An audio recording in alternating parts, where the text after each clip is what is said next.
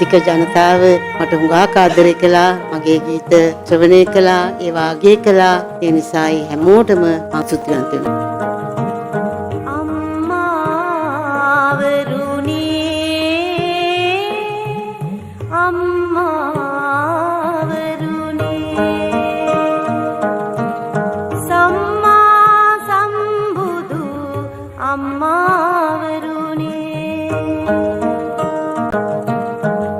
දරුවන්ගේ දුක් කඳුළු දකිනදා සුරලොව සිට අතපා